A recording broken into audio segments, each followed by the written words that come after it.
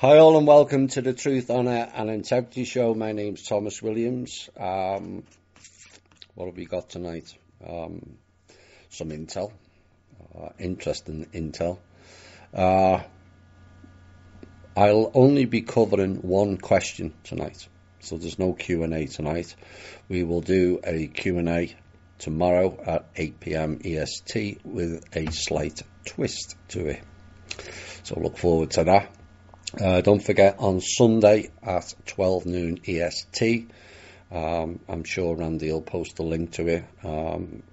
Both Kim and I will be on Randy Morgan's Off Planet Radio YouTube live, all being well.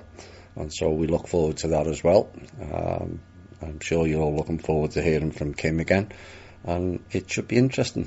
So look forward to that. That's Sunday at 12 noon EST, and Q&A tomorrow at 8 p.m. EST. Right, let's get into the links for the show. You can listen live at Spreaker.com/user/8955881. You can also listen live on the website called thinkdifferent.thepeoplesclub.org. Now, many have been asking, where is the shielding? It's on that website, and it's important that you all follow it. The way things are playing out, it's getting bumpy, badly bumpy. Some people don't like certain things going on. You'll probably find out more and why in this show. So that's all the archives, the must-listen-to shows, they're all there on thinkdifferent.thepeoplesclub.org. We have the Facebook page, Truth, Honour and Integrity, and the Facebook social media alternative of MeWe.com. And if you can't find us on there, send an email to the show, which is also where you can pass comments and questions for the show, to truth.honour.and.integrity@gmail.com. You can also check out the People's Club Foundation website at thepeoplesclub.org. And once again, thank you to all who have contributed to my Patreon, which was paid this week. And if you want to check out that site or donate, it's patreon.com/TommyW/memberships. Most of the transcripts, there's only 2 more months now. I think it's April and May of this year. The transcripts of pretty much all of the last 18 months of shows, of the op-ed pieces and the intel, are all on the Patreon. So you can go and check that out. We're going to start with the news around the world. There's not that much tonight. I've got a fair few op-ed pieces to cover and one question. And I want to remind people of what I said last week in last Thursday's show, of what to expect. And I said, expect chaos to reign now and to the end of the year, and possibly beyond, depending on how things unfold. The cabal are in complete turmoil now, as they don't know which way to turn. That is still the case. Now, some are considering quitting the old system and going to the new one. And I forecast, expect a raft of false flags, particularly before and on Tuesday, to disrupt everything that was going on election-wise. Expect to see more firings within the government, military and the agency fields. Fear porn will ramp up heavily. Don't give it energy. That was what was said last week. Now, since then, we've had a California incident today, another shooting last Friday, Portal people arranging mass protests, mobs threatening people in their homes, and it's all playing out as was forecasted in last week's show. This is the way they work. This is the way they operate. What do we expect next? Well, coming soon will be impeachment and election tampering, all to consume your energy. Don't feed it. But it is all about to get very bumpy. Right. On Friday last week, Barack Obama, TikTok, slammed Republicans during a rally in Miami, saying the GOP, quote, is taking our brave troops away from their families for a political stunt at the border. Really? Oh dear. And he condemned Trump's deployment of what was then 7,000 troops to the border last weekend, and by Thursday 109 troops had arrived in Texas Rio Grande Valley, and on Friday they set up a barbed wire on the McAllen Hidalgo International Bridge. Now the influx of troops comes as a third caravan of 1,500 migrants from El Salvador entered Mexico on Friday. They weren't allowed to cross the bridge from Guatemala into Mexico, so they waded across the Suchiate River instead. What a total hypocrite Mr. Obama is. You know, do these ex-presidents have total memory wipes upon leaving office? Quote, taking our brave troops away from their families. What about Afghanistan, Obama? What about Iraq? What about Yemen? What about Syria? What about Lebanon? Is that not taking our brave troops away from their families? And what about the 800 bases that are littered all around the world? Is that not taking our brave troops away from their families? For the first time in a long while, a president of this country has vowed to defend this country. And anyone thinking that these people are poor migrants, think again. There may be some amongst them. Most of them are freedom fighters for the rogue elements. Most of them are being paid between $1,500 to $2,500 each to travel on that caravan as a distraction, whilst the poor people are held, the ones that they really want to get through to cause mayhem on American soil, which Mr. Obama funded via the Muslim Brotherhood, Langley 3. This is why Trump sent those people down. In my opinion, they should have been sent earlier, a lot earlier. When people fully understand and grasp the enormity of what's been going on that southern border, then people will realise what is really playing out. Now, the Pentagon, predictably at this point, actually rejected a request from the Trump administration for troops to help counter a group of Central American migrants walking to the US border to request asylum. It's nothing to do with requesting asylum. I'll repeat that again. It's mercenaries wanting to cause mayhem. But the Pentagon refused. The Department of Homeland Security asked the Pentagon to provide a reserve force that could be called on upon to provide crowd and traffic control and safeguard customs and border protection personnel at the border. However, the Pentagon rejected the request on October the 26th, even as it signed off on providing the Department of Homeland Security with air and logistics support. Interesting. Air and logistics. What are the logistics for, or who are they for, more importantly?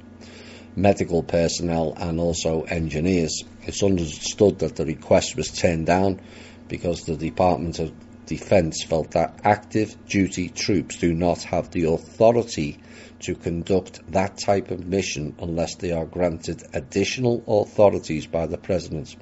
I'm going to peel that back as this is something that's been said regularly in this show, under normal conditions, the US military, which is not the American military, to make it clear, are not allowed to interact on American soil. There you have it right there.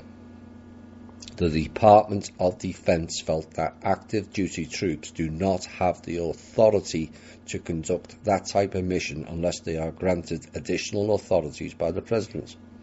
They're telling you there and then what's been going on. Now, defence officials have emphasised the troops at the border are there to support civil authorities and that they are not expected to come into any contact with the migrants.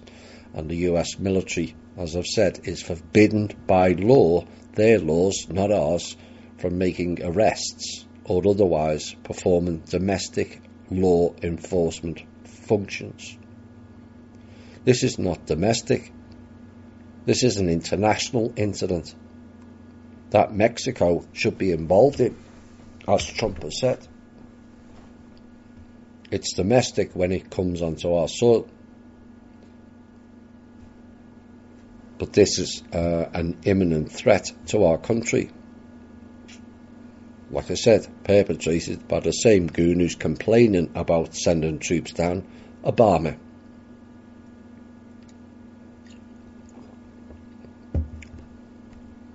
Latest data from the World Gold Council shows that central banks in Eastern Europe and Asia significantly boosted their gold holdings recently. Not a surprise. And the regulators purchased 148 metric tons of gold in the third quarter of 2018. Now, the figure indicates an increase of 22% against the same period last year, while some $6 billion was spent on the precious metal. Russia, Turkey, Kazakhstan, India, as well as Poland and Hungary were the leader amongst gold net buyers. Now, the reason pushing Russia, Turkey and other countries facing US sanctions to buy more gold seems to be made a lot more clear. And why are the other countries bolstering their gold reserves, and why did they find it necessary to diversify their holdings? Well, a financial metals expert by the name of Claudio Grass was reporting to the RT this week, and he said he's a independent precious metal advisory, which is, funny enough, based out in Switzerland. No surprise there, Switzerland. We'll have more on Switzerland later.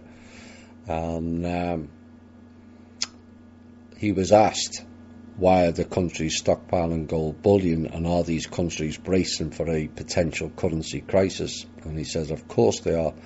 It is impossible to create wealth out of nothing. Hello, Federal Reserve. And even though it is an eternal and universal truth, it hasn't stopped states from trying to do exactly that. But he went on to say, unfortunately, if history teaches anything, it is that we don't learn from it. Exactly. Maybe we will in the near future. And he went on to say, we are now stuck in a system that came 35 years ago, 1975. We were talking about that in a recent show, and took us from 20% interest rates to zero and then to negative rates. And we are sitting on a gigantic bubble in terms of illusionary financial wealth. Exactly. And at the end of a long-term debt cycle, and the bill for the massive credit spending of the past decade is now about to come in, which is why the world is in financial turmoil.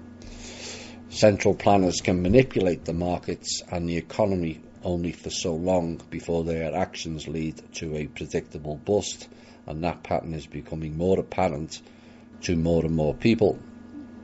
Now, as public faith in government collapses, so will the value of their currency. So the question was then asked, why aren't Western countries doing it? Well, it seems they're only interested in gold-traded ETFs. Do they not believe in physical gold anymore? His reply was, that's simple, because people don't know history are doomed to repeat it. Absolutely.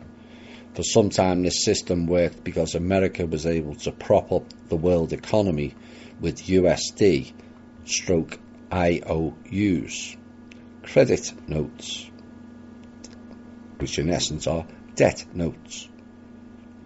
This just goes back to the quantitative easing and all that nonsense, just printing money out of thin air, courtesy of the Rothschilds and the De La Rue Corporation, owned by the Rothschilds, and it comes home to roost.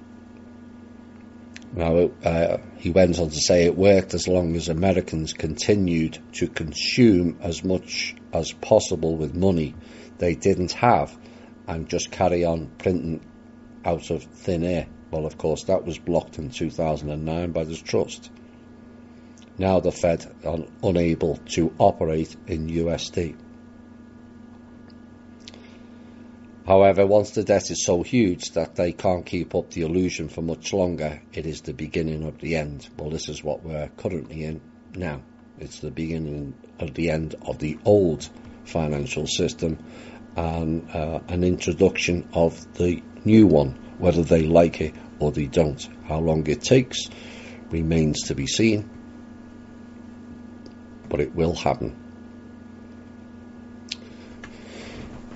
A couple of stories that kind of concern me and will concern everyone. And we've covered both of them in previous shows of a kind. But this week, a New York mother, Candice Gunderson, lost custody of her leukemic son, aged 13, to child services. Why? Because after she tried to stop his chemo once he was in remission. Now, Nick Gunderson, the name of the child, was placed in the custody of Suffolk County Child Protective Services. That's a misnomer in and of itself. Over his mother's wishes that he stopped receiving chemo. Nick was diagnosed with leukemia in June, and Gunderson was vocal about not wanting her child, not their child, to receive chemotherapy from the start.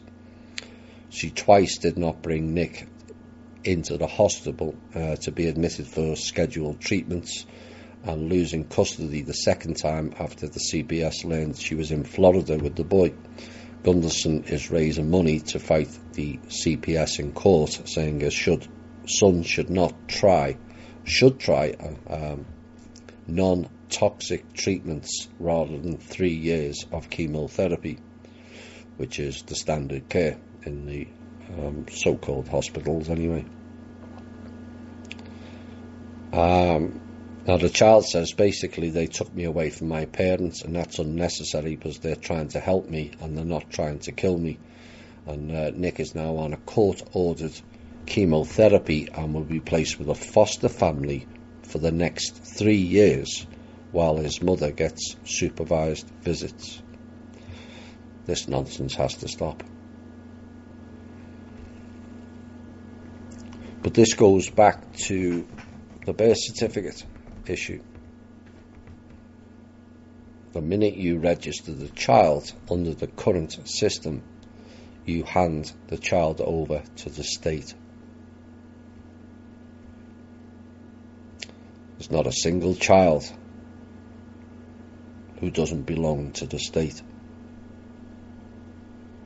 But this is where shows like this and Randy's and many others are highlighting these issues, where those former agreements and rules and laws are ended and we get back what belongs.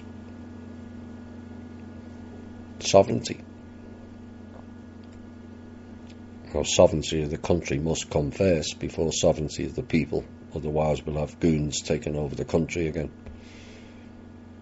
But this is what needs to be addressed before the next election, in my opinion. This is a common theme in India, where they play the hierarchical rule of higher caste and lower caste. It all stems from the British and Dutch control of India and the Raj, the haves and the have-nots. But this is particularly unpleasant exchange of a 13-year-old girl who was beheaded with a farm hook for refusing to have sex with the neighbour. And the teenager was brutally attacked with a piece of farm equipment after refusing the sexual advances of the older man. And according to local media, the accused, named as Dinesh Kumar, beheaded the young girl in a village near Attur in the Salem district of Tamil Nadu.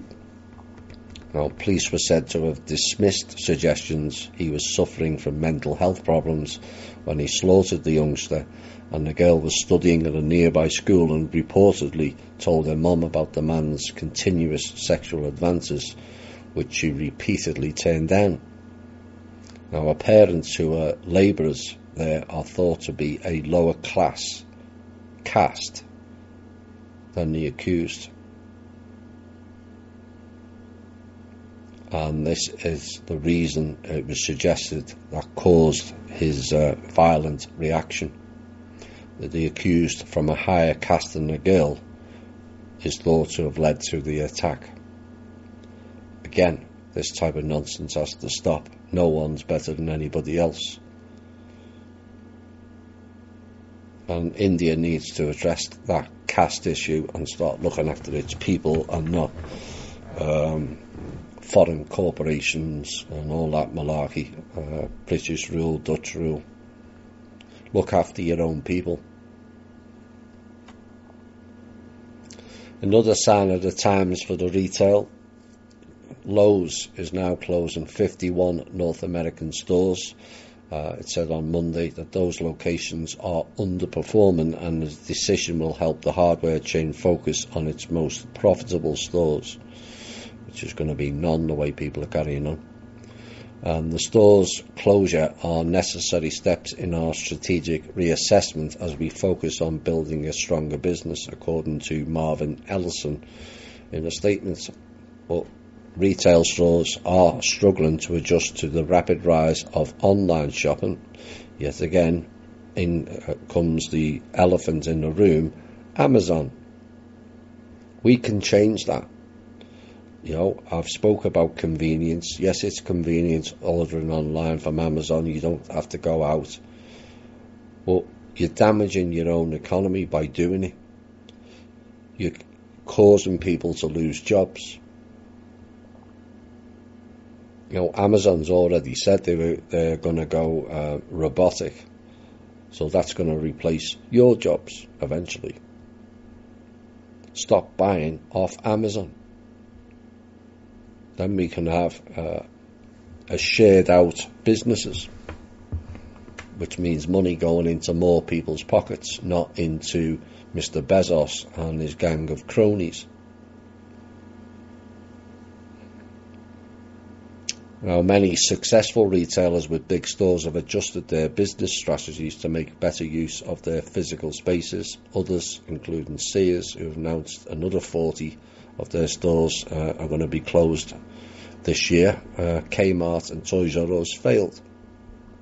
Now, Lowe's and its rival Home Depot have proven to be largely Amazon-proof because Amazon does not sell lumber or other heavy, bulky home improvement products yet. But Lowe's is struggling to keep up with Home Depot, and last year Home Depot's revenue hit more than 100 billion, while Lowe's sales were below 70 billion. So they're in trouble. And yeah, according to the financial experts, everything's going swimmingly. If it's going so swimmingly, why are so many of the top corporations shedding jobs and businesses and stores? On Sunday morning, Georgia's secretary watched this state. There's a lot of fun and games going on in Georgia, particularly Atlanta. Keep a watch out for it. But the Georgia Secretary of State Brian Kemp unleashed a stunning allegation, and state Democrats had committed possible cybercrimes after a tipster told party officials he had found gaping security holes in the state's voter information website. Now, the affair quickly degenerated into back and forth about whether Democrats had promptly informed officials of the possible security breach, and a representative for Kemp, the state's Republican candidate for governor, denied vulnerabilities existed in the state's voter lookup site and said the problems alleged could not be reproduced. But in the evening hours of Sunday, as the political storm raged, ProPublica found state officials quietly rewriting the website's computer code. Not a surprise. Said last week in last week's show there was arrests in Atlanta, and more will follow. ProPublica's review of the state's voter system followed a detailed recipe created by the tipster, who was described as having IT experience, and alerted Democrats to the possible security problems. Using the name of a valid Georgia voter who gave ProPublica permission to access his voter file, reporters attempted to trace the security lapses that were identified. Now, the ProPublica found the website was retaining information in such a way that it revealed hidden locations on the file system. It doesn't change, does it? It just doesn't change. Maybe it will by the time the next election comes around.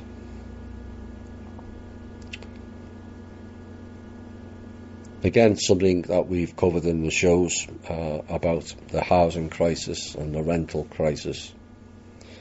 And I pulled up a story this week that undermines that issue. Florida in particular. And it's now found that a worker would need to have 2.1 full-time jobs at minimum wage to afford a one-bedroom rental home. 2.1 full-time jobs. Remember the piece we did 5 or 6 weeks ago about reduction of everything? You know, the feminist piece covered that as well, where one parent generally earned enough to cover the household of 4. Now they're talking about 2.1 full-time jobs just for the rent. Now, this is according to the National Low Income Housing Coalition's annual report. A worker would also have to work 84 hours per week to afford a one-bedroom rental. 84 hours a week. That's more than 2 weeks. Hello, Drake.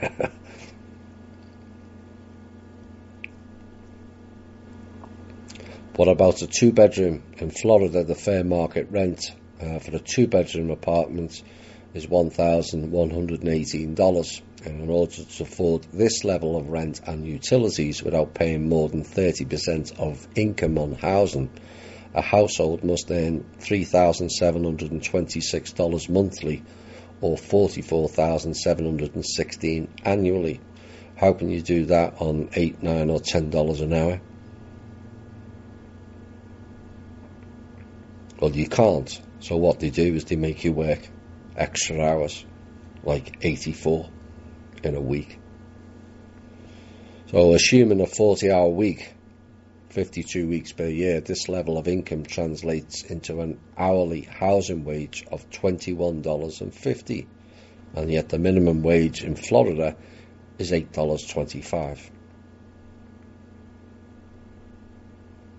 Big gap that has to be stopped.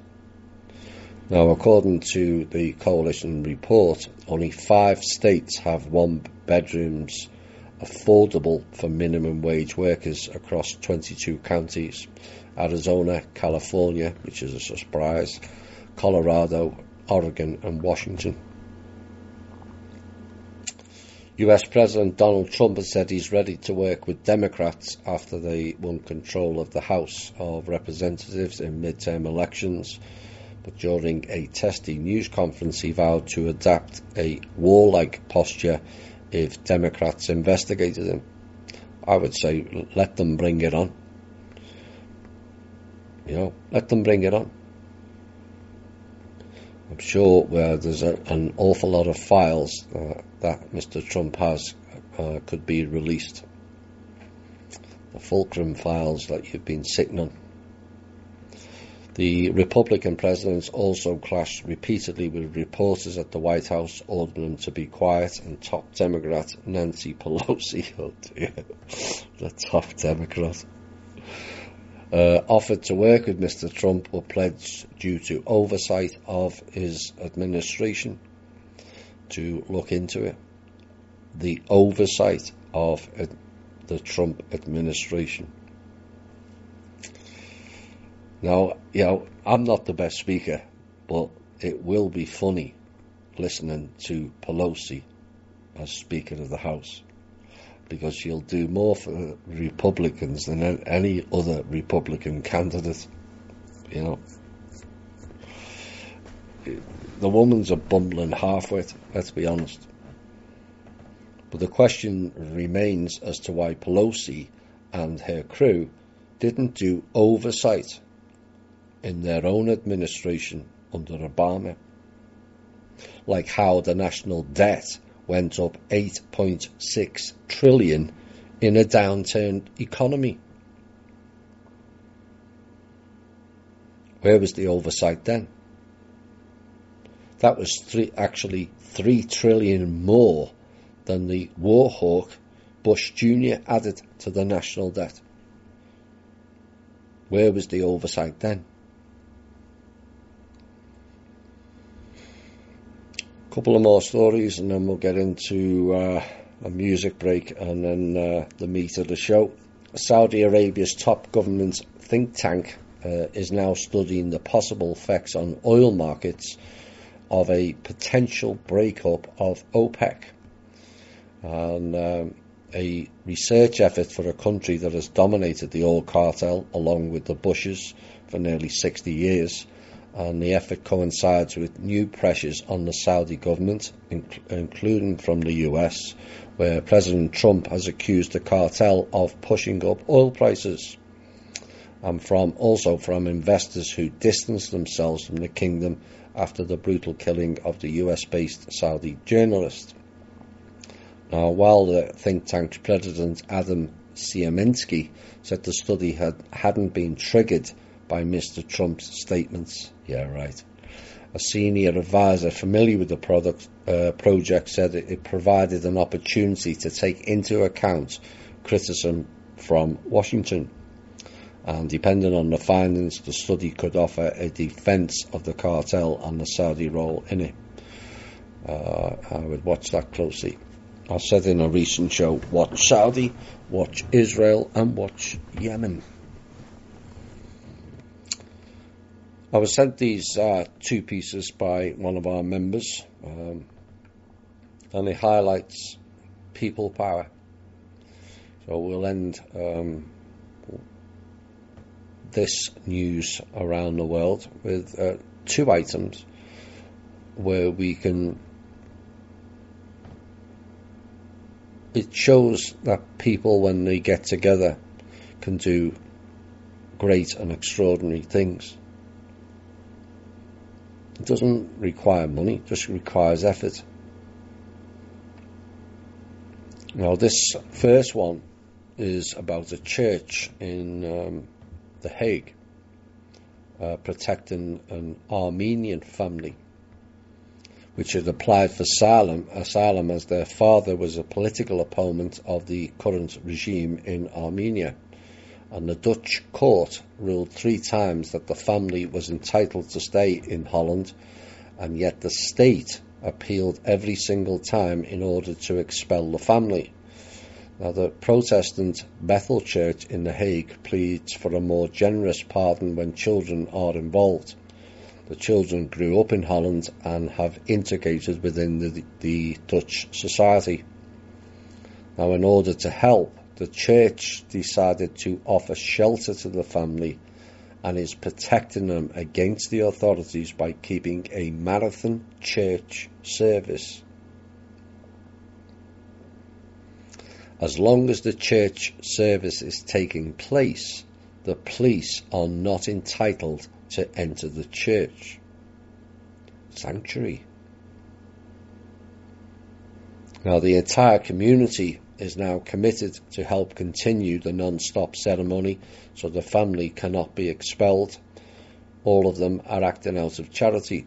The church gets support from all over the country and also from priests and church choirs who are willing to make hours and long contributions. The church service has been going on now for over a week, and we applaud those people. I'm sure everyone listens to this, but this is what happens with people power. How we as a collective can circumvent the injustices of the system by using our creativity and bundling our strengths. Now, the second story is about a bookstore in England called October Books that was forced to move out, and the store was struggling to pay the rising rent prices and had started a crowdfunding campaign in order to buy an old bank building that was just down the block.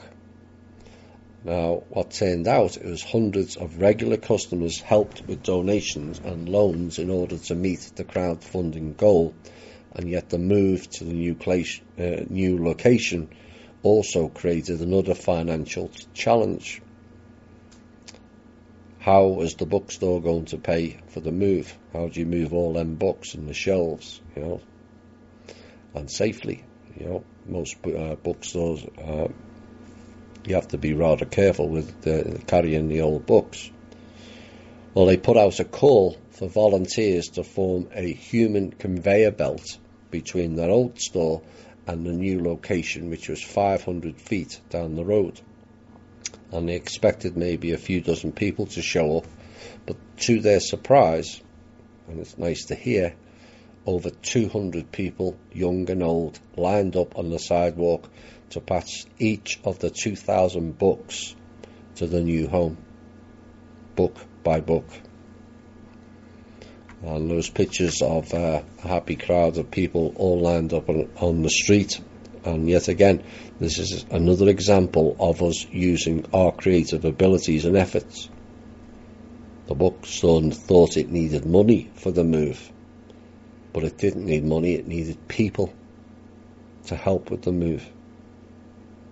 Just giving a little bit of their time, each making a small contribution, and a large group of people helped complete the goal without additional money. So that's 2 nice stories to end on, and hopefully we'll get more of those type of stories as time moves on. Lots of people are helping, lots of people have had enough of the dog eat dog, and people want to change their mindset. But as we complete an election week, and the first song of Back to Life, Back to Reality will honour that, and the second song will be indicative of what's to come. Yes, indeed. Don't tread on me. Right, the intel portion of tonight's show. Of course, on November the 1st, we had another election, and we give people an advance warning about a new name that had appeared. by the name of John von Wright, and he apparently won the battle to be the head penis of the dragon, known as the Pindar. Now, what followed next is no surprise to us. He went into the seat, as it's called, and he went and began to unroll his plans as the new Pindar. Plans, new keys, and new codes. Only to find, like all previous in the last 11 years, none of the keys or the codes to the system worked. Oops. Now, of course, it didn't and hasn't stopped them trying to hack into the system again now. This time with devastating consequences of doing that, as in servers get fried. But they are desperate and wrecking their servers in a vain attempt to steal funds, all to keep them going via some fake RV, which is never going to happen. They unleashed a new money system machine, was rolled out, called Annabelle, and like all others, it failed. So welcome, Mr. John von Wright. You'll fail the same way as all the others have. That's why Putin quit it. King of the world in your own head. They're all laughing at you. Don't believe me? You'll find out for yourself. So Mr. von Wright, tomorrow, unlike what Anne tried to do and go through the Bank of England, now he's going to Switzerland and trying to open a vault tomorrow to collect 175,000 metric tons of gold, according to him. But that's not going to happen either. But he thinks that Switzerland is his key. He'll find out that there's not that amount there. He'll also find out that Rothschilds have been playing games in that country for a long, long time. And if they can't get it out, why does he think he can? Next item. Watch the Supreme Court. All is not what it seems today. Out with the old, in with the new. Next item. As predicted many times previously on this show, despite others saying trust him, Jeff Sessions, like Mnuchin before him, and McCabe, McCain and others past and the future, has now departed.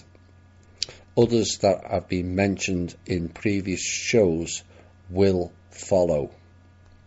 Some made a rod for their own back. And I wonder what happens if some of the Democrats' extra House members are on the indictment list. A little bit cryptic, but you'll get it. Back to life and back to reality. Elections are over. Political dramas all played out, still ongoing, and will continue. All designed to confuse the masses of what's really playing out and what's really going on. But I can assure you, political dramas have little to no bearing on what we are trying to do. Yes, there was more election interference, and that will continue while rogue elements operate, and also the two-party system. It actively encourages it due to the competitive mindset. Now, I did a piece recently that caused much furore, as it was twisted into something it was not. It was on a pondering level also, but it bore out this week. Now, take Kim out of that piece altogether, and there's an underlying issue with Mr. Trump. Not him per se, but the very fact, which is undeniable, of that he is divisive. And I must stress before the clowns misinterpret again, it is character-wise only. Trump is one of those people we all meet in all walks of life with no grey area. It's all black and white, which does have a lot of benefits, but it also raises more concerns from me personally and some others. People either love him or they hate him. We've all seen that on the screens this week.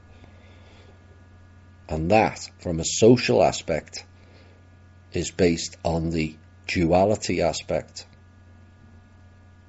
Now, the system loves nothing more than the duality aspect. It's all divide and conquer, which is a reversal of life, really, because in life, cells divide and increase, not decrease. So in relation to Mr. Trump, there's no middle ground with the man whereby people can be swayed one way or the other. And in politics, that middle ground in terms of voters is essential. And that is why I wrote that piece, because of my concerns. And Tuesday's voting bore out some of those concerns. But Mr. Trump can change all that, and very quickly, and I hope he does. Please implement one or more of the suggestions or declarations from the Manor World Holding Trust, and that tilt of balance will not only improve the country's position, but also your own. Let's fight fire with fire and get things rolling, shall we? Now, the other issue is, which I have banged on about this for years now, and a failure to definitively address it could also cost Trump further down the line. He has to address it. It happened on Tuesday again. Our old friends, the portal people, known as mainstream media. How can you operate or run anything in this country with sycophants running the brain programming 24/7? With a slant on everything against the government and Trump in particular? The simple answer is you can't.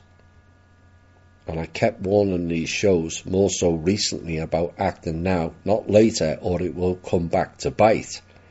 With the election results, now it has. And they're about to have a field day, unless we act against the media. They are the biggest problem between them and the military. I hope Mr. Trump addresses these issues, because it will come back to bite. And now for the last of the intel, and then we're going to have another music break to reflect, and it's the biggest item. Following further attempts to block funding related to the Manor World Holding Trust out of the Treasury by various sources, so actions were then taken against those who continue to deny due process and also use a flagrant abuse of their power. So what actions took place? Well, the Federal Reserve servers were shut down last night.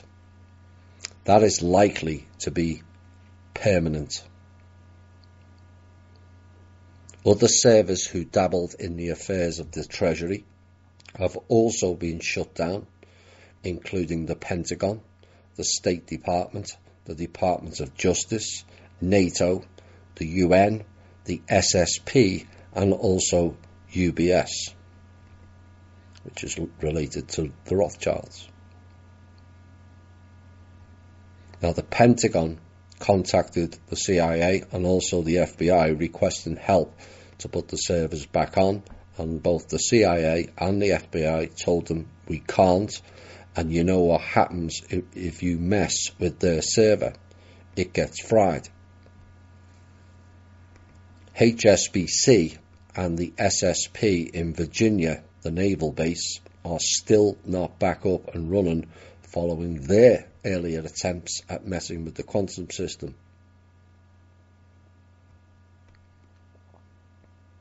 And we are guessing that these people do not care that their servers are down, as you are not serving America and the President and the American people.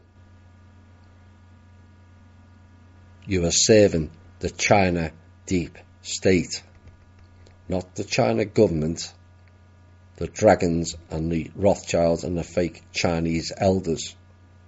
So perhaps a message to the Pentagon and the State Department and some in the Departments of Justice, NATO, the UN and the SSP and the UBS. Perhaps they should contact China and they can give you their intelligence systems to use, or better yet, relocate the Pentagon to Hong Kong and we can build a new military which serves America. Message to the clowns who deny due process and continue to abuse your power. All the servers will remain off until you back down off blocking the funds of payments due in and out of the trust. We don't care how long it takes. We can play the long game. So if you want your servers back on, back off blocking the funds release. It's that simple. Your old system has failed repeatedly. Your successive PINDARs have failed repeatedly. You're waiting for non-existent funding from fake Chinese elders, aka the Rothschilds and the Dragon families, has also failed repeatedly. And what's more, will continue to do so.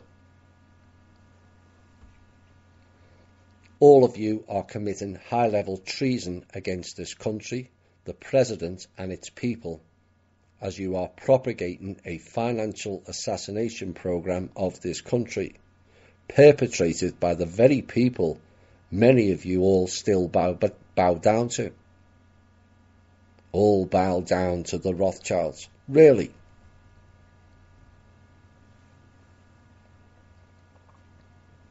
At which point does your conscience kick in?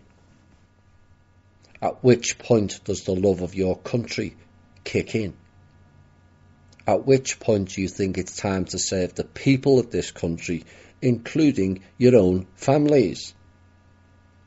At which point do you think you have an honour to protect and serve the taxpayers who pay your wages? At which point does your oath to protect and serve kick in? It's your choice. You want your servers back on? Stop interfering with the Treasury and allow us to release the funds and also the subsequent banks for receival of the funds. Or your servers will remain down permanently. We're not messing around with you people anymore. Time to do the right thing to go forward with us all, or continue your own demise. We would welcome a round table meeting with all of you, where we can sit down with you and explain how the real system worked, as you don't know. It doesn't work anymore.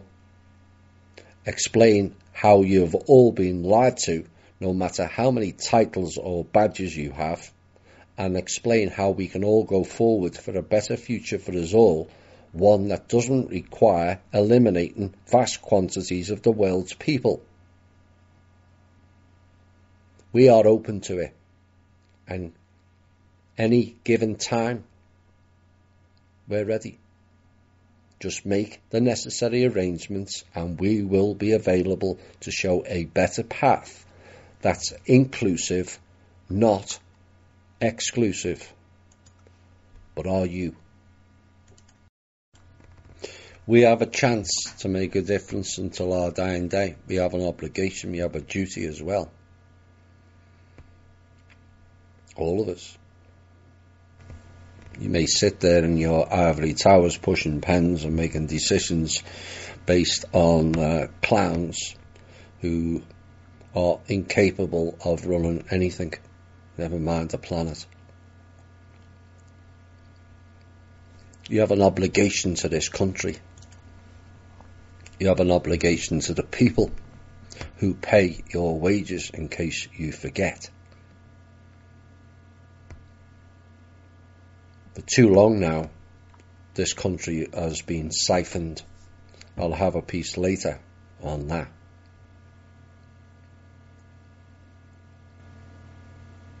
You have brought shame to this country with your war rhetoric, all at the request of others, be it banks, be it bloodline families, be it dragon families. There's plenty of other ways to make money without killing people.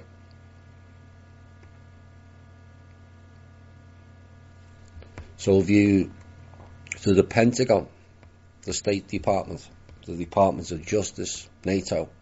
I don't expect their server will go back on. You'll find out more about them later.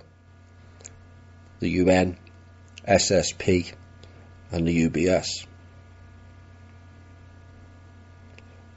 Change the ways, or they stay off. It's that simple.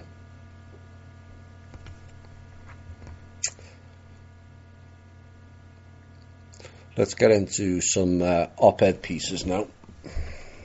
The truth damn of what's playing out now has many holes or aspects to it, and the fight to keep the dam, the old system in place, has many players in it. And what is ongoing now is something so massive it's beyond comprehension of most people, if not all. Between those who are fighting to break down the dam and those who wish to band-aid it back together again. You know which one's going to win. Now, some people are playing in the financial banking realm. Some are in the political realm. Some are in the crime corruption realm. There are some in the religious construct realm. Some are in the core pirate realm. Some are in the faction realm. Some are in the families realm. And some are in what is known as the order realm. There are others in the ET-NT, that's extraterrestrial and non-terrestrial realm. Some playing in the spirit realm. And some in the universe and multiverse realm.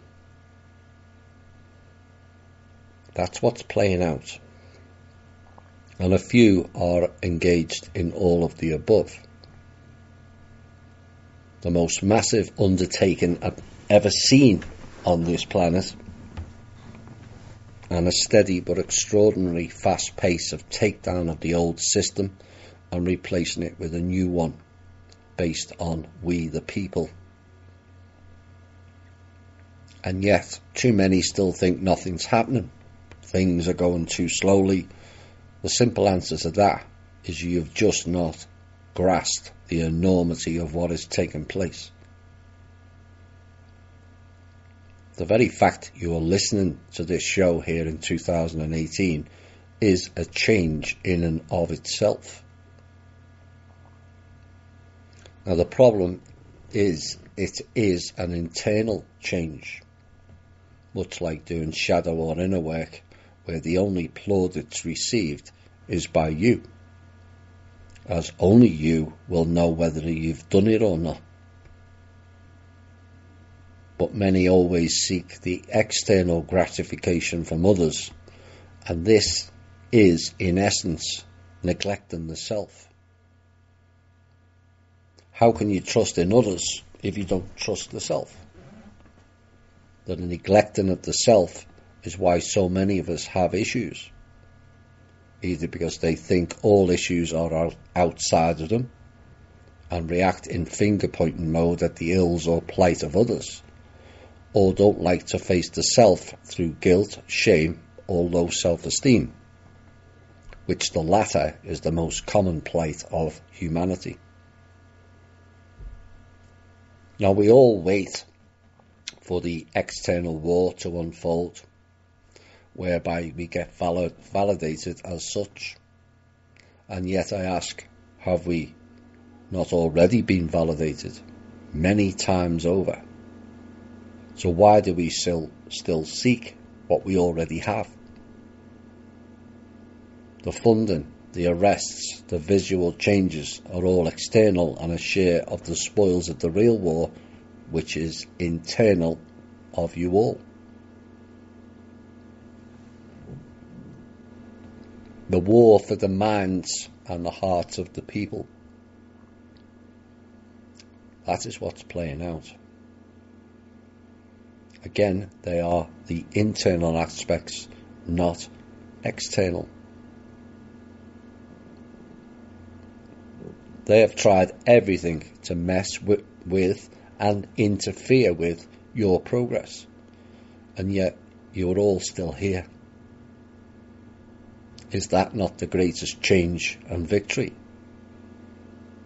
The odds were heavily stacked against all of us, and yet despite all the shit that's been thrown at us, we've all remained steadfast in yourself and conviction. Again, I ask, is that not the ultimate triumph?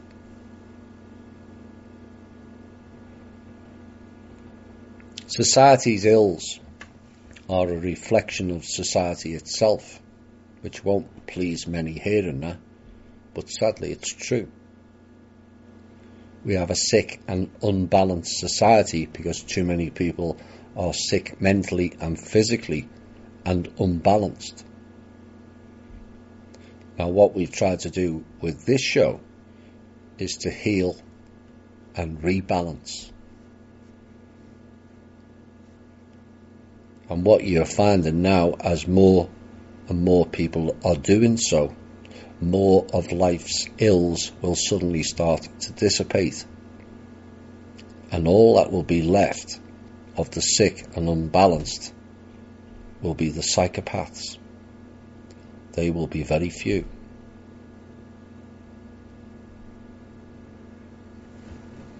Next item. We have one member who thinks Trump is the Antichrist. Many don't. Many think Saviour. None of these assumptions are correct. Mr. Trump is like anyone else, just doing a job the same as everybody else does. A more important one than some, I agree. But the key is he able to run the country like a president should do? Or is he just a puppet like all the rest? We've heard in the intel of the interference. You've seen it in the elections, the interference. But for 2 centuries now, governments and leaders in any country, not just America, have had little or no say in how they would run their respective countries. This is what we're trying to change. All countries have been ran in secret back rooms and under the cover of darkness to all of us for far too long. Except the light is now coming on and many people are seeing what's been playing out. But with regards to the governments, the day people accept that as reality en masse is the day this country and all the other countries begin to grow, not regress. Where you're just going around blaming the government for all and sundry. They've had little or no say in it. America since 1871, when the government ceased to exist and a corporation was put in its place acting as the government. It tells you on the document, in Delaware. It's registered in Delaware, acting as the American government. It's a corporation. But the sheer fervour of those following the election, which is in essence more times than not pre-decided, is not lost on me as an observer. But if only people put that much energy into their everyday lives of helping, caring and sharing, boy, would we have a nicer world to live in. And yet too many remain totally ignorant of the basic facts, both in terms of the people and also those you are voting for. But I hope by the time the next election comes around, all the people will be more aware of what many of us already know, and we can make better informed decisions of how we as a peoples can go forward.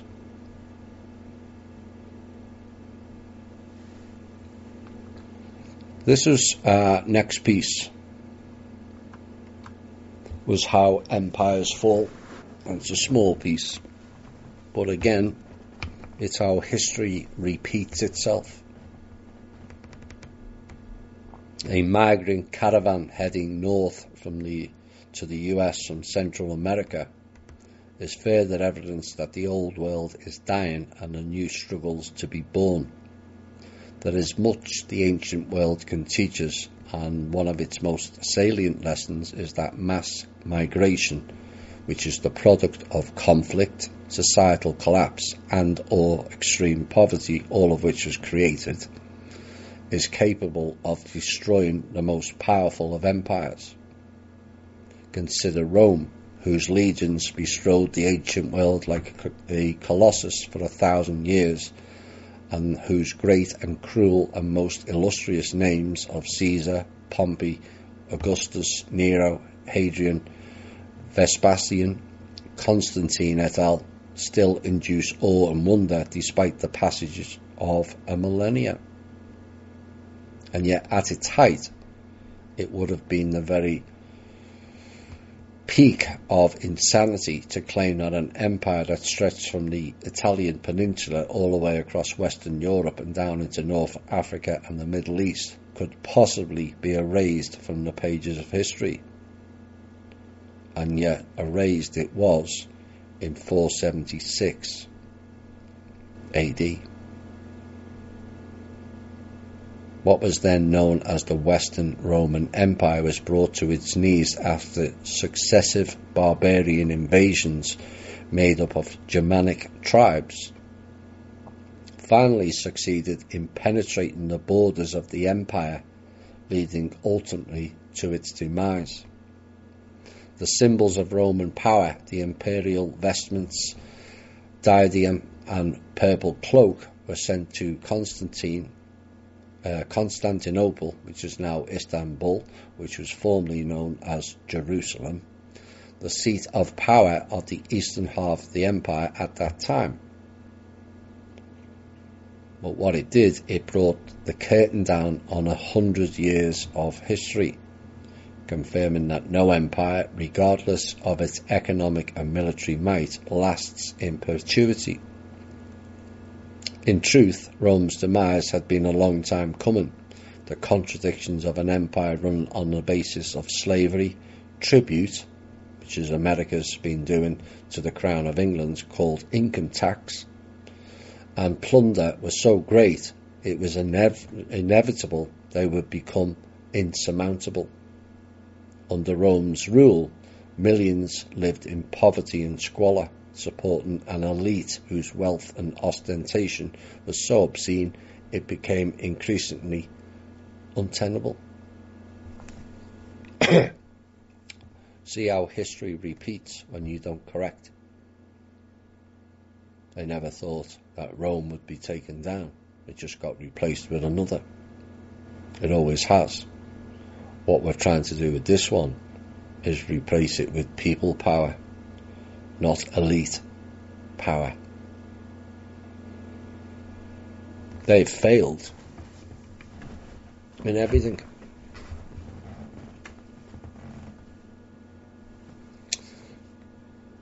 Next piece will bother many in America. Some will find they already know some of this, but this is a key of what's going on and what has gone on over a very, very long time. Now, following on from my series From Russia with Love of how global elites operating with Khazarians, not Jews or Israel, of how they destroyed a country from within, and it was they who implemented communism into Russia and China, not the Russian or Chinese people.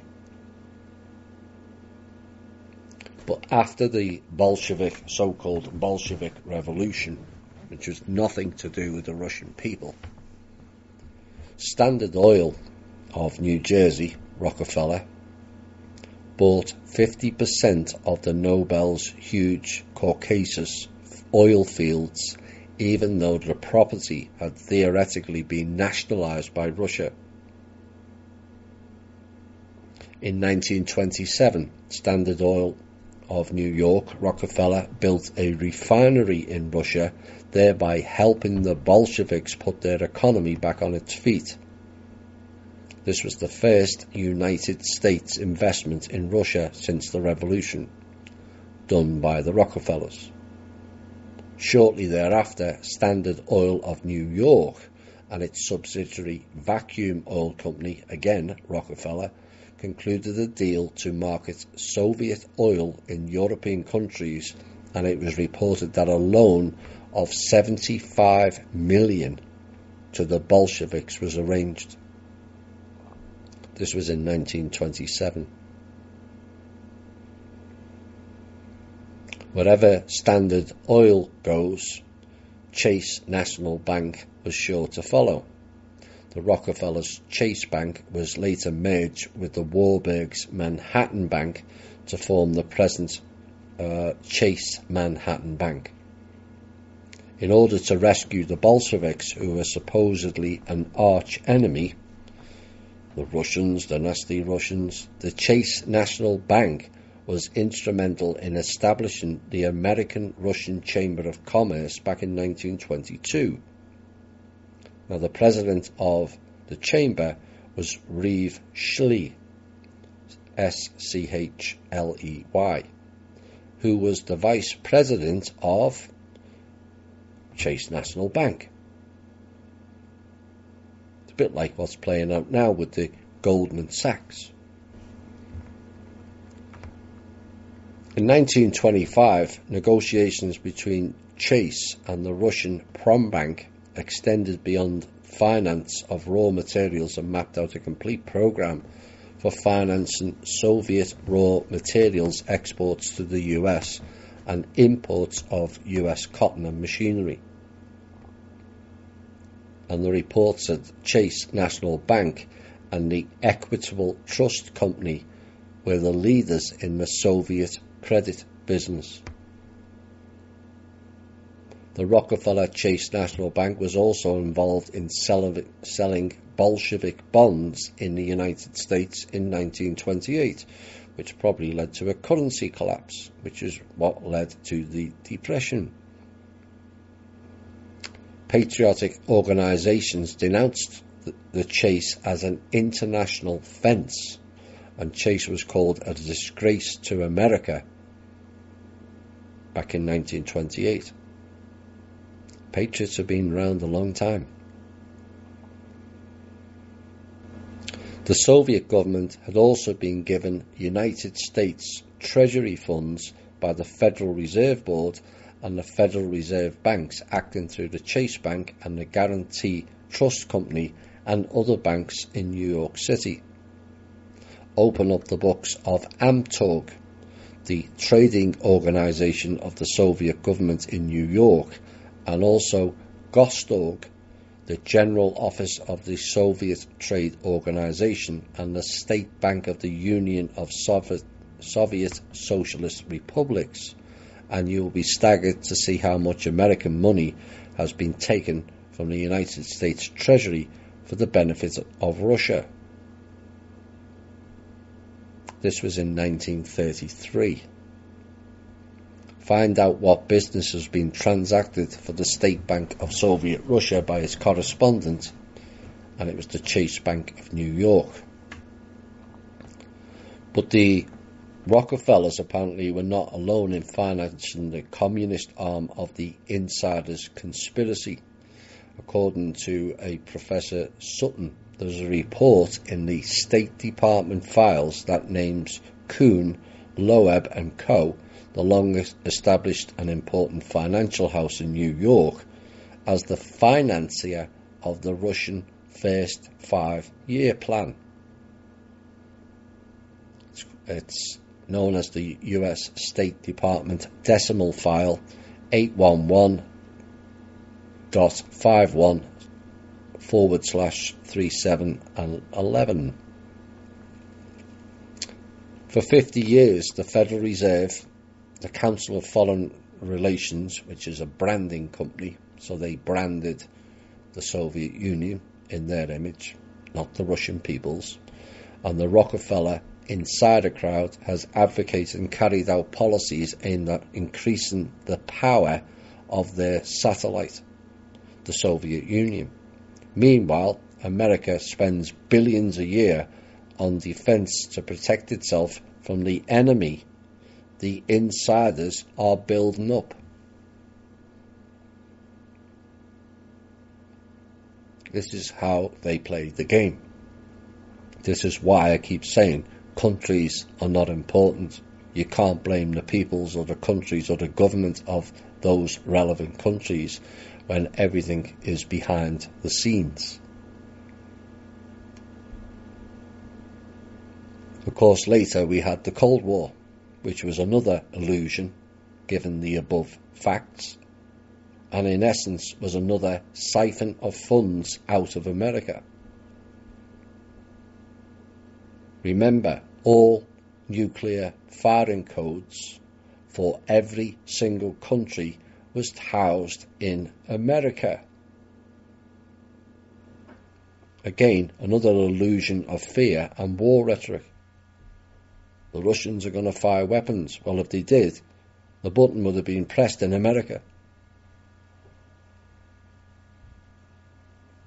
Then the Cold War ends, and in steps the next siphon of American funds called NATO, which is a play on words of celebrating Atom. Oops. Now, NATO is the Rothschilds' own private army. And guess who paid for all of that? Yes, the American people again.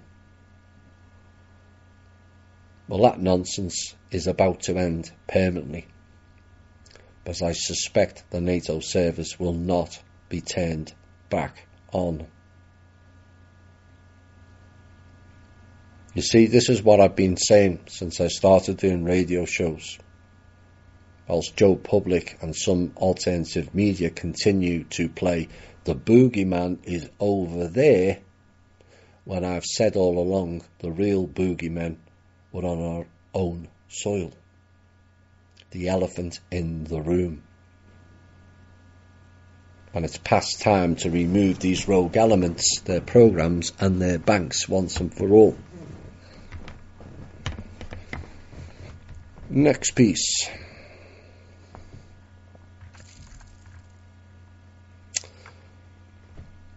There was an article in MSN, I think it was, and it's more another example of the crass stupidity of labels and political correctness and just messing with people's heads, really, where they described the difference between bisexuality and pansexuality, which I had no idea what it meant. Maybe some people like sticking pans up their jacksie, I don't know. But apparently, when you look at the description, bisexual refers to a person who is attracted to people who are the same gender as themselves, as well as those of different genders. Fair enough. Pansexuality is an identity label used to describe a person who is attracted to all gender identities. Well, there's only male or female, so why the need for pans?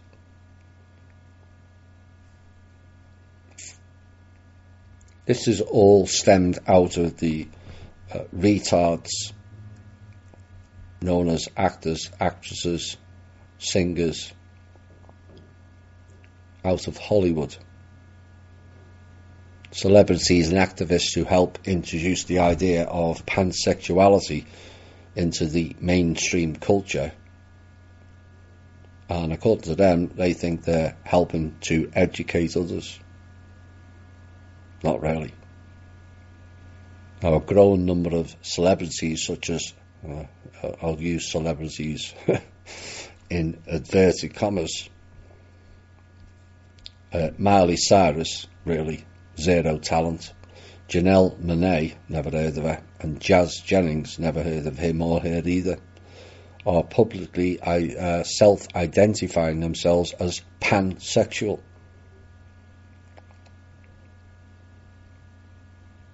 And as a result, the term has entered our mainstream lexicon, leaving some to question what pansexuality means. Maybe it's sex with Pan the god. Go and have a look what he looks like. The goat-headed, cloven-footed being. And how it differs from bisexuality. It's just gone beyond a joke. Most people understand what bisexual means. It means that you are attracted to men or women. Why do you need anything else, another name?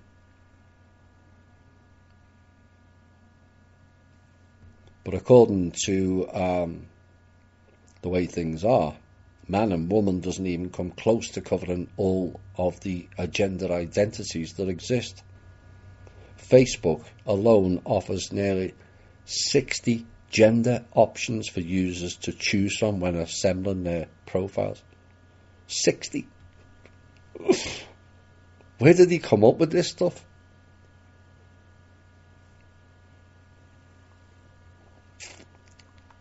Beyond the joke.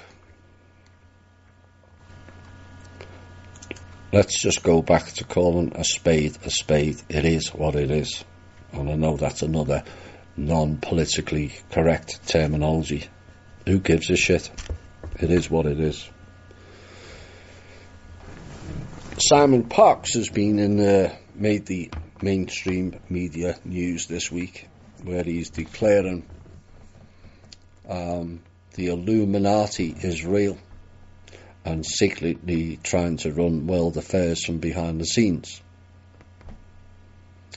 Well, Simon, you may convince many outside of this group that the Illuminati still exists. It doesn't. Information and bullshittery have moved on, Simon. It's not 2013, 2014 again. All of the sleight of hand game again. You focus on this, which doesn't exist anymore, while we play faction games. Except many of us are just not that stupid or naive anymore. This will be the last piece before we have a music break and a music request. There was a lively discussion this week about meeting ETs or NTs, non-terrestrials. Lots of people saying that they want a meeting with one or the other. But what if they've already contacted you and you didn't recognise it as such? This is a wider issue than people realise. Far wider than people realise. And it all comes down to a piece I did a short time back entitled What is Proof? What if a strange person walks up to you and says, I'm an ET or an NT? Would you believe it? Would you ask somebody else to validate it? And why is that validating person more knowing than you? It's all about you and your experience, and also how you interpret it. In this day and age, we could have a mass line-up on TV of ETs and NTs with Mr. Trump, and some will still say it's fake. So it all boils down to what is proof. Now, I spent 35 years chasing ETs only to finally see the pattern. They've been around me all the time. Many to protect, some to challenge, and some to damage. Have some of them mixed amongst us? Absolutely. Far more than you all realise. But some have come out and interacted with certain people for varying reasons. But the key is, do you see?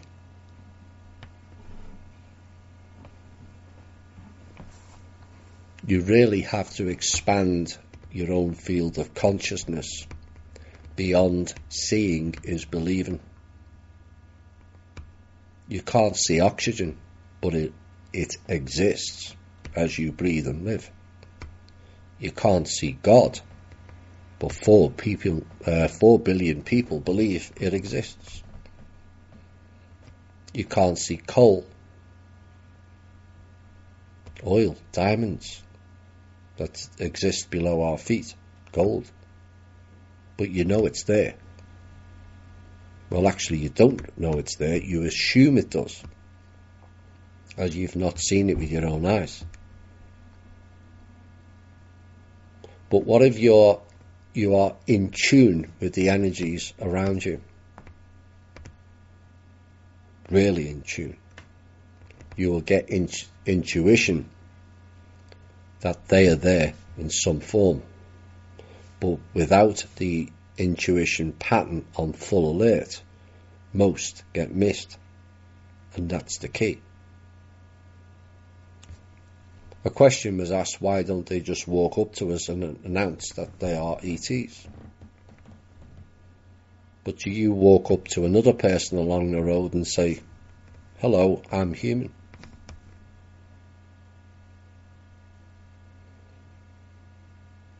And yet we've all met strange people. People never ask, why does that person's eyes look funny? And the eyes are the key to seeing, the windows to the soul, or in some cases to an empty vessel. Hollowed out black eyes. We've all heard of the black-eyed children. Soulless. And yet we all see odd-looking humans, but never recognise the pattern or ask the question, are they actually human? So with that mindset pattern, you are guaranteed never to see. But you have to remember, up until August 2016, they, the ETs and the NTs, were here to enforce martial law under stealth. So why would they walk up to you and tell you they are here? A lot of them abused that system and meddled with humanity far too much. It's a far bigger problem than even the alternative community is aware of.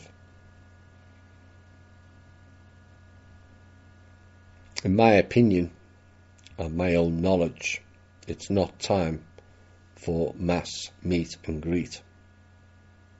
We are not ready for that yet. And personally, I don't expect that for quite some time. But they are still around, and some work amongst you. You just didn't recognise the pattern. I was served in a restaurant by a non-terrestrial. All the staff were non-terrestrial, much as that particular town was also non-terrestrial. People will have walked past, interacted with and bumped into non-terrestrials, and yet you wouldn't know, because you're not looking with the right mindset.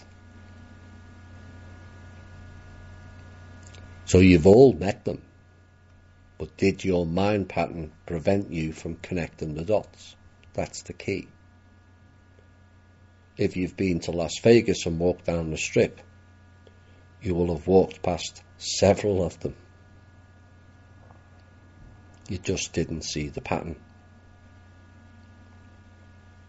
They have their own casino and play. And they do walk up and down that strip. But conditioning says, I'm walking amongst humans. You don't think, are all these people human? When you start looking and thinking in that way, you will see. Many of you have met them in your dream time, and you've already seen them, but perhaps you dismissed it as just a dream. Dreams for most are not classed as a real experience, and yet they are replays of different timelines and time-space. The key is people use their eyes too much as a barometer and not the 6+ sense, or the multi-dimensional aspect of the self. Seeing with eyes in 3D is not always believing. Look down a straight railway line. Does it come to a point where both rails meet, or are the eyes tricking you? Some will say it's not fair, they meet with a few certain people and not them. But there's a valid reason for meeting certain people globally, and the issue was too few outside of the deep state were aware of the problem. So it does sometimes become a few who deal with it on the basis of the whole of humanity. Now, we will be doing a show soon based on that very accusation that the trust and the team and the council it is suggested is acting on behalf of the whole of humanity without due discourse. But how can we do due discourse when so many won't partake in it? When so many don't know it actually exists? How many stood up when the call was made? I don't have to explain that. There was the call. It went out to the whole of humanity, but how many were tuned in? What I can tell you is very few from my own experience. But we all received the message, and yet too few responded. Why? Because people hadn't sufficiently developed the self to be able to hear the call. That's not a criticism in any way, shape or form. It's a fact. But the question remains, how long would it take to get all of humanity on board with the ET-NT issue before we can then act on it? Do you think that is a valid point or argument to make? Do you think we have the time to do that? We'll be back shortly.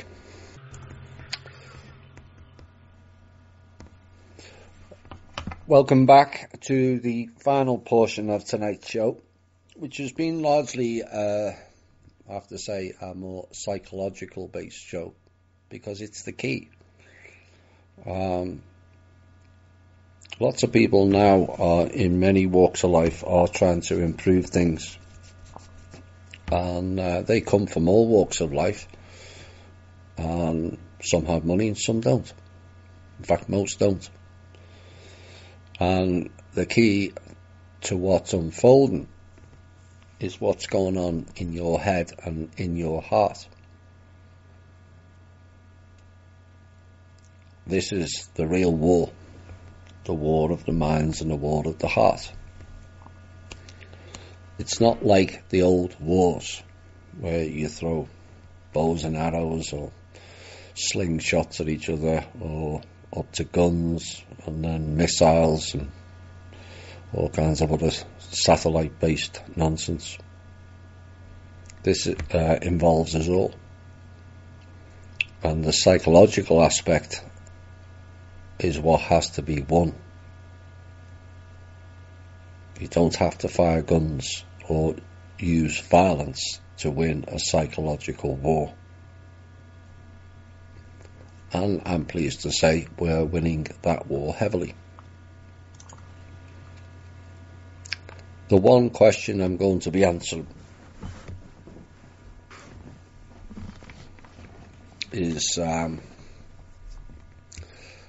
you mentioned in one of your recent shows that a lot of children nowadays miss the window of opportunity to develop properly and reach the mental planes. Can you elaborate on what as a parent I can do in order to ensure proper development, or perhaps where to look for answers? Well, this is a repeat of Humanity Unplugged, of human development, birth, life and death, and what it entails.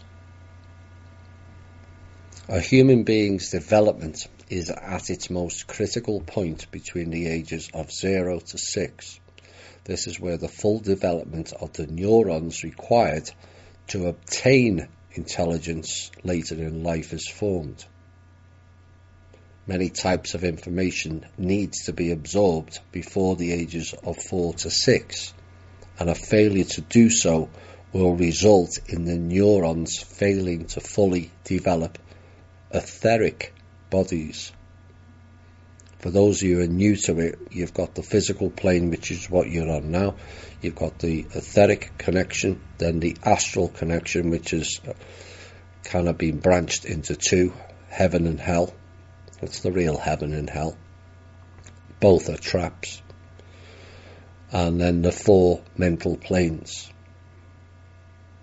Now, a brain without a fully developed etheric body cannot develop any further on the evolutionary path.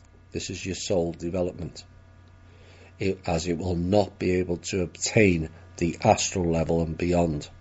So this is why it's so important that you work with your children between 0 and 6. Only the full development of the etheric body can expand the space and open up a qualitative barrier, i.e. a portal, between the etheric and the astral. When a failure in the development of a child to create an astral body, the body will still function as a normal organism, but will show little or no signs of intelligent thinking or actions in its life, as it cannot progress to the mental bodies. A human being is not born with intelligence, but only with the right stimulus does it have the potential to become so. Now, the development of the etheric is done before 6. The astral development level must be completed by ages 14 to 18 years of age. If not, the spirit is unable to progress to a level above what it had when it joined the fertilized ovum.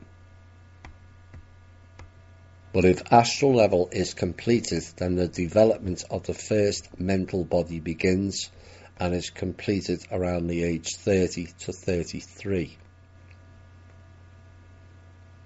This is why so many of the youth have so many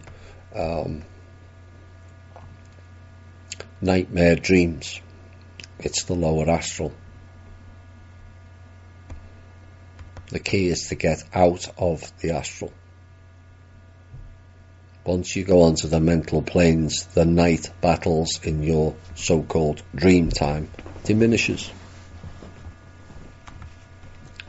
Now at 30 to 33, if you developed the first mental body, at this point some will remember past life and awareness of the spirit.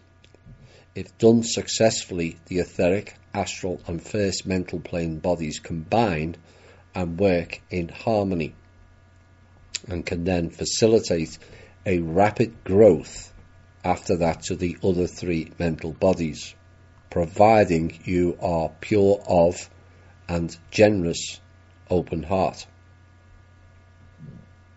Big key. This is why they blocked off the vessel itself at the solar plexus. We covered this last week. Don't be going with the gut. That's the third stage trap. You go with the heart. That's where you develop quickly on the mental planes. So once you've gone into the second, third and fourth mental planes, you are able to heal the self, able to heal others, able to influence nature and do all kinds of other things that is beyond the imagination to some, or declared not possible by our science community. But those that attain those levels have frequently been used and abused by certain black budget, black and white magic project style groups, super soldiers being the prime example. The vessel itself has an inbuilt safety mechanism like a protected shield called a PSI field, which is made up of 14 billion neurons. When fully developed, it provides the ability to solve all problems the being may encounter, and the purpose of this field becomes more apparent in the astral level environment.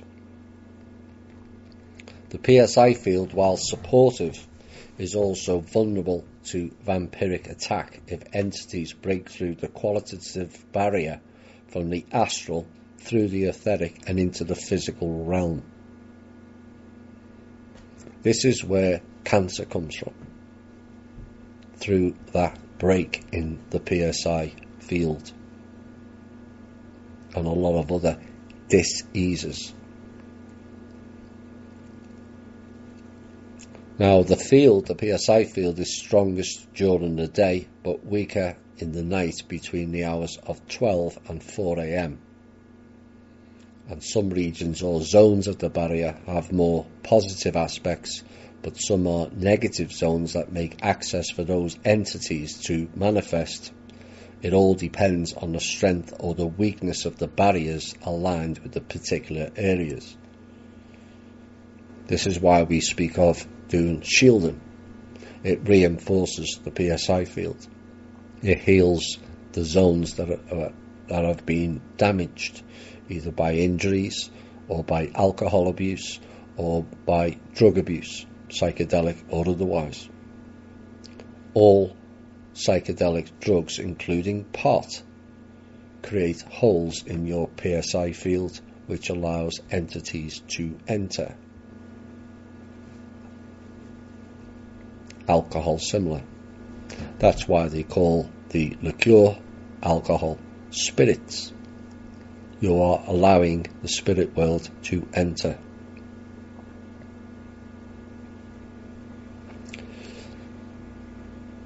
But this is one of the reasons why people have poor sleep patterns, frequent illness, and a higher percentage of deaths as the vampiric entities attack the weak barriers more and cause more damage to the organisms contained in the weak zone. It is possible for all species on a planet to combine their collective PSI fields whereby then it becomes a monitoring mechanism that regulates the balance between the population and also the ecosystem. This is, in essence, of the meaning of living in harmony with the all. A working example of that is ants. They all work together. Now, at the moment of death, the PSI field of an organism is destroyed. The flow of primary matter out erupts and opens up a number of qualitative barriers of the various levels of the planet.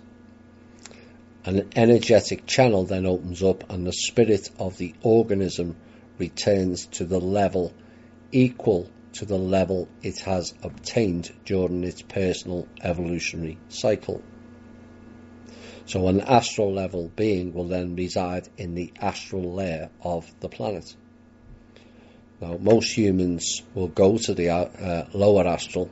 Only higher attainment beings will reside in the higher astral and above. Now, it's over time, it is said very few humans attain the level to reach the mental planes. This is deliberate. Now, our cells each have roles to play in our evolutionary cycle. Bone, cartilage and sexual cells only have etheric bodies. Connective and adipose tissues known as body fat have etheric and lower astral bodies. Muscle tissue have complete etheric and astral bodies, and blood and nerve cells have etheric, full astral, heaven and hell, and the first mental body. Nerve tissue cells from the brain and the spinal cord have etheric, full astral, and the first mental bodies. Now, the evolutionary aspect of human species here was proceeding well with Neanderthal man, but the next evolutionary development was not from here, but came from outside of this planet, and Homo sapiens were that being. We're not from here. Now, initially we struggled to oust the previous more natural evolutionary species, as they were better adapted, more numerous and a lot stronger than we were, and so outside help came in and removed the Neanderthals. Birth. What happens at birth? The stages of a birth will surprise many. You think from the egg there is a direct human. Well, here's what actually takes place during a pregnancy. When a mother is about to conceive, an energetic eruption occurs that matches the energy connection of the organism. A channel opens up through a number of barriers between the planetary spheres, and the channel then pulls in a spirit that is genetically consonant with that species. A rapid growth of cells reaches a point when an etheric body of a fish that once harmonized the fish begins to develop in the human biomass. Over the first month, it's a fish. Now the embryonic growth occurs quicker in a human than a fish, and in the second month the fish is replaced with an etheric body of a higher rate of growth. This is an amphibian. The human and the amphibian cells then co-join, and the waste cells of the fish enter the placenta as a byproduct, and it is at this stage that miscarriage is at its optimal point. If during the latter stages of birth, 5 months onwards, a miscarriage occurs, the spirit does not have an energy channel to return to its original evolutionary level, and subsequently has to drop down to a lower level of spiritual development, and is at the mercy of the astral animals, with the possibility of a potential consumption of the said spirit, which would end that spirit permanently. In the 3rd month, the amphibian is replaced by a reptile. Rest assured, this is not a Draco type being, or like the baby that was delivered in the original V series. But growth continues at a pace now until the 4th month, when the reptile is replaced by a mammal. It is in the 5th month when a human spirit form enters for the first time. And during the 6th month, the tail falls off and the embryo takes on the human etheric body until birth. What happens to spirits of extinct beings, of which there have been thousands on this planet? Well, because there is no host to create the channel with which to enter, those spirits attain sustenance in any way they can keep going on their relevant plane of existence. Now, sometimes they can adapt to other levels of existence, and these are known as astral animals, but the majority become loosh farmers we hear of on the physical plane, feeding off our energy to keep going. Perhaps we have a lesson to learn here, as extincting species at the rate we are doing is creating more and more loosh beings, or energetic vampires for their correct term, or perhaps this has been done deliberately to keep the harvest going. All hail Ra and all that. That's exactly what that was. It's a harvesting program. Now, much of the astral planes has been cleared to my knowledge, and so extincting species here then partially refills that void. But once an individual on a spiritual level, development level, rises beyond the astral level into the mental bodies, then the development rises exponentially. Mental power will always transcend brute power. That's why they don't want people on the mental planes, just trapped where they're like batteries to the astral animals. As the mental bodies increase, the power of thought, i.e. manifestation, increases with it.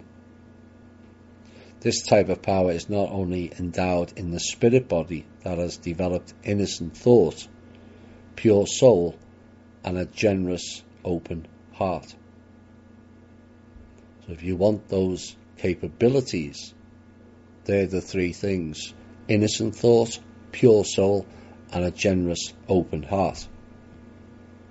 Those of evil intentions and power are unable to gain through their own evolution. They can't achieve it. And so subsequently they drag others down to their level. And this is largely what has taken place here and the descent of man. Evil and its power is an illusion that is given to it by the majority of people due to their lack of awareness of the other levels of reality.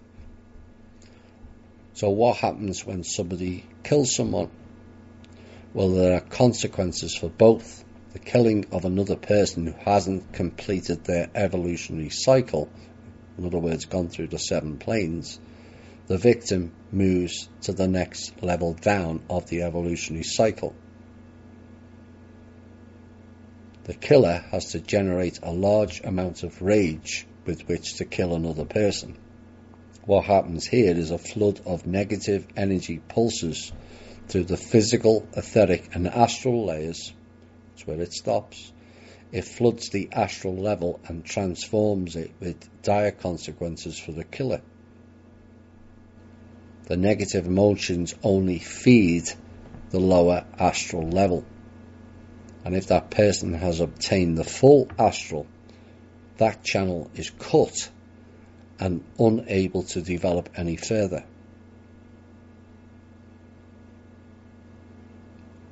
The killer is then stuck in the lower astral level,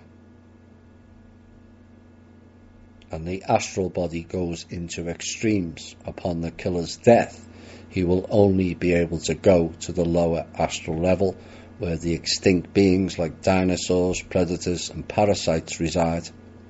I think this is known as karmic law. Death. When a human, plant or animal dies, it loses its physical body.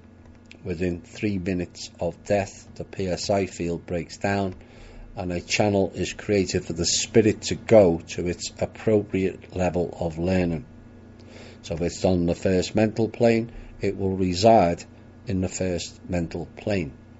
If it's gone through the 7 layers, it then goes into the next level, which is cosmic evolutionary level, and will not be coming back to 3D.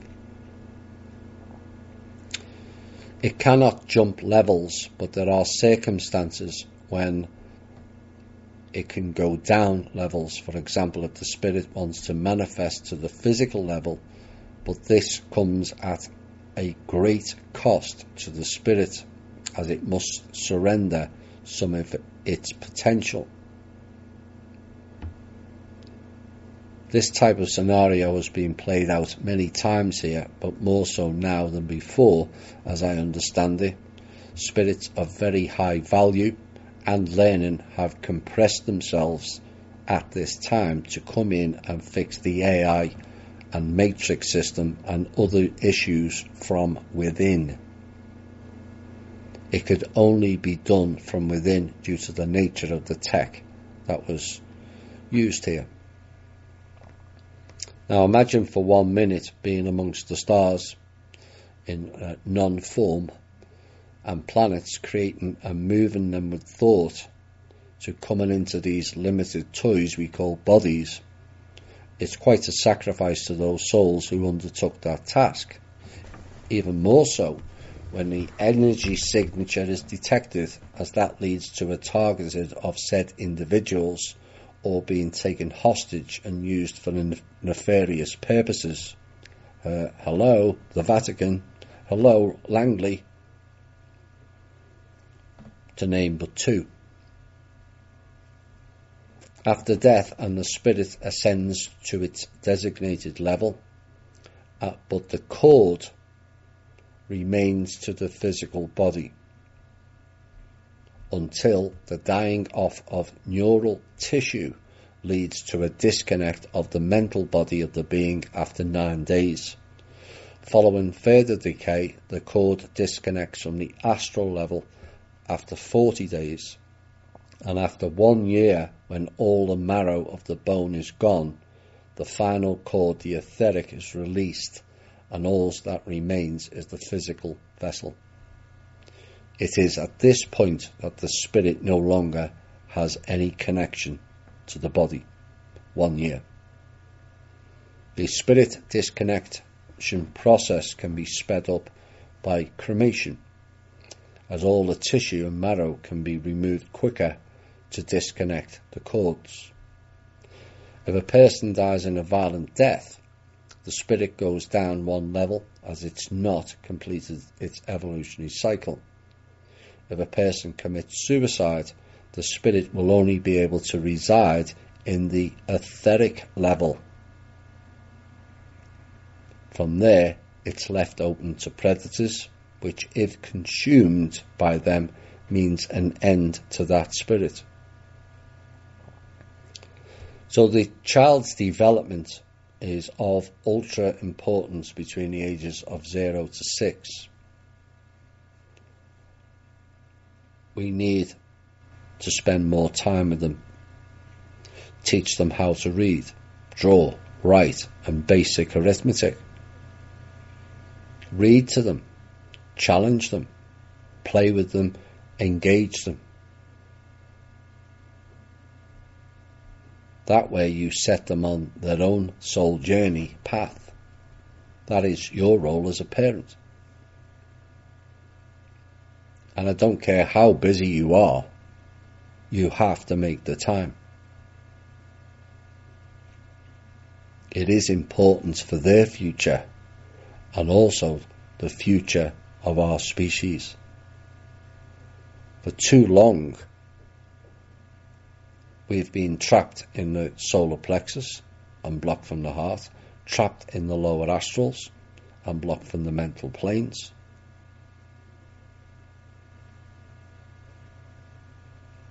This is why there's so much savagery around the world. It's dog eat dog. The astral entities consume you and you consume everybody else.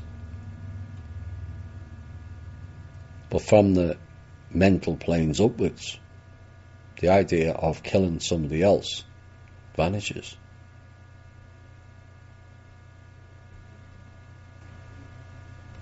Your mindset changes.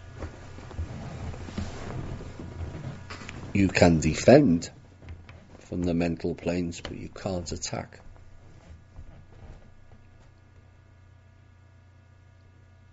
But if you're in balance from the heart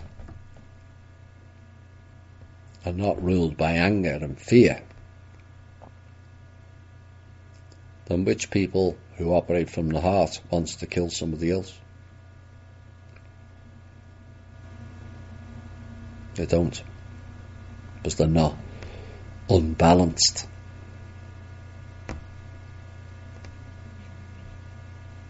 So we have to work hard, a lot harder than we have over the last 2 generations with the children, particularly from birth. Play classical music while it's in the womb. It's soothing.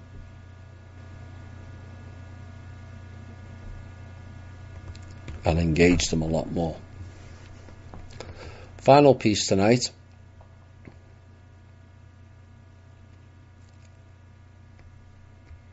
What it means to be human. And emotions.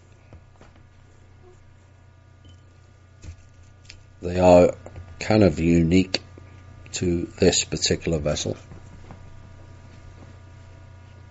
But what is sad in a way is we have these range of emotions, which, as I said, are not prevalent to all species, and yet we use so many emotions for negative reasons.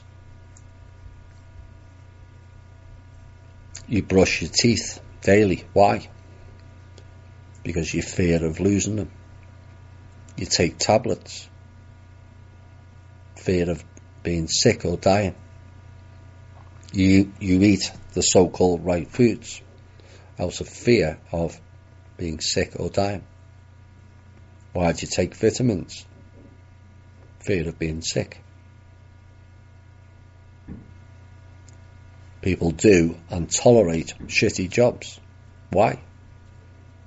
Fear of not having enough. We have a fear of courts, police, governments, tax people.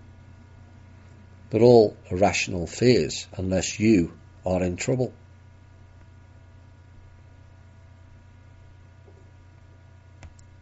Then the fear of being jailed if you are. A fear of speaking in public. A fear of heights. A fear of going in the water. A fear of going outside. Agoraphobia. Fear of spiders. We don't let our kids play out in the street out of fear.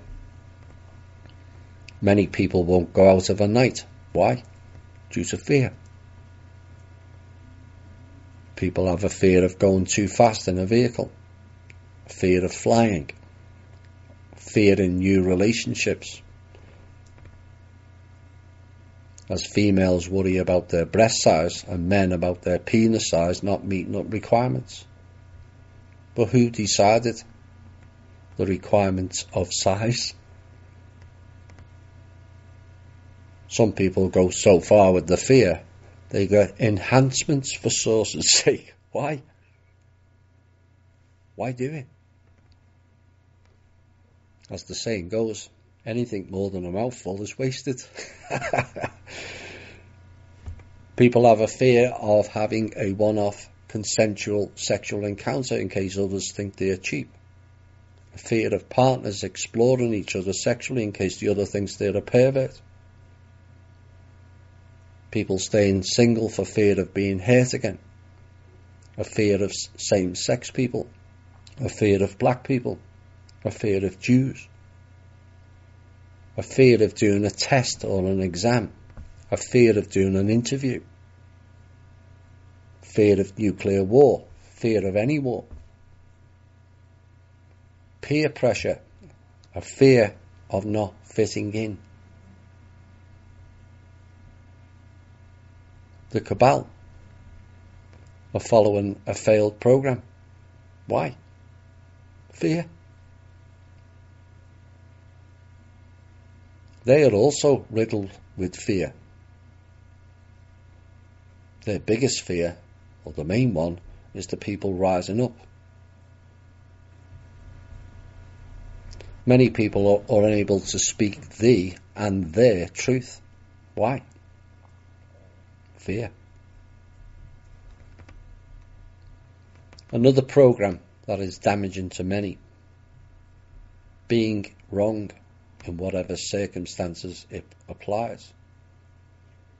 But step back from it and look at life. How do you expect to be right in anything? With so much illusion, delusion, and outright fakery. When so much of society wears masks of illusion to cover up their weaknesses, traumas, pains, guilt. Too few allow themselves to be themselves and prefer to conform to a program which we all participate in, the personal mask of the self. Many mask up their real feelings, again, because of fear. A fear of what other people think. But why do we all do that? When everyone else has the same fear, why can't we just be? Many people vilify themselves because they did or got something wrong. But isn't it all about perspective again? Cabal think they are right in what they do. Clearly we don't. People worry they've followed the wrong people in the alternative media. Why worry? Haven't we all? You will have gained something of value by following all of them. The key is picking out the bits required on your new learning curve. But why is it so hard for most of the people to hold their hands up and admit they were wrong? Relationships ruined because one can't see the error of their own ways. Arguments that sometimes leads to physical violence because someone won't admit they were in the wrong. Why do we all fight so strenuously to hold on to and defend the lie when it takes so much less energy and physical stress to just admit you were wrong? The big question is, if being right is the be-all and end-all, isn't admitting being or doing wrong actually being right? Fear damages your main organs and causes breakdowns within them that can and will lead to poor health and even death. The classic example is the heart attack. Fears and stress can directly cause that to happen. So why not change it? The list is endless. But we do more actions out of fear than we do out of love. And this is what we are trying to change globally. There are many things to do and explore if fear was toned down or eliminated to a point it's not impacting your life and your love of experiences. Is not life all about experiences, is it not? But how are you really experiencing life with so many fears? Poorly is the answer. So what can we all do? Well, for one, stop being so judgmental of others. That is a program in and of itself. Doesn't matter if Mary has small boobs or John has a small penis. If you love that person, does it really matter? We must learn and pass on to embrace life and all of its experiences and quit the limitation program called fear and love all and life for all that it offers up.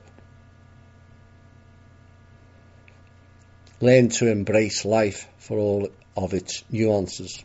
Do things you love to do as much as your time and energy allows. Be creative. It feeds the soul. I hope you've enjoyed the show tonight. I'm going to end with another request to do my piece that I used to do a while back. And it covers many aspects of what we've covered in tonight's show.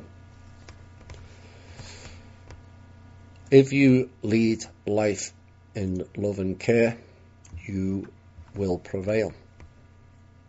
If you lead life in fear and anger, you will fail. Feel free for you to be the person you wish to be, not the person who conforms to what others want them to be. You are a multi-dimensional being operating simultaneously on many levels. You are not here to conform. You are not here to be stifled. You are not here to be enslaved. You are not here to be abused or to compete with your friends, family or neighbours. You are here to be the best you can be and do so as a crown of creation. Now go out with the confidence of who and what you are and excel in yourself, and in doing so, inspire others. All very simple. Just a change of mindset. Case of thinking and acting different. I'll be back tomorrow at 8 p.m. with Q&A, and also on Sunday at 12 noon EST with Randy and Off Planet Radio. Until then, this has been the Truth, Honour and Integrity Show. My name's Thomas Williams. Bye for now, and remember, love conquers all.